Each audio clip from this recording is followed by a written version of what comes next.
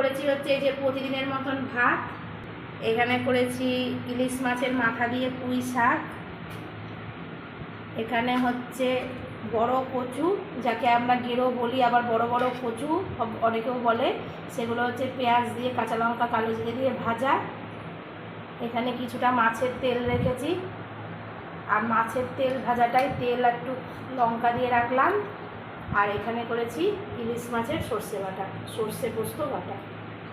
আগে একটু মাছের তেল দিই, খেয়ে নিই, তারপরে এক্সট্রা পদগুলো দেবো। এই যে মা এসেছে, মাকেও খেতে দিয়ে দিলাম। ভালো হয়েছে মা? স্বাদ আছে না?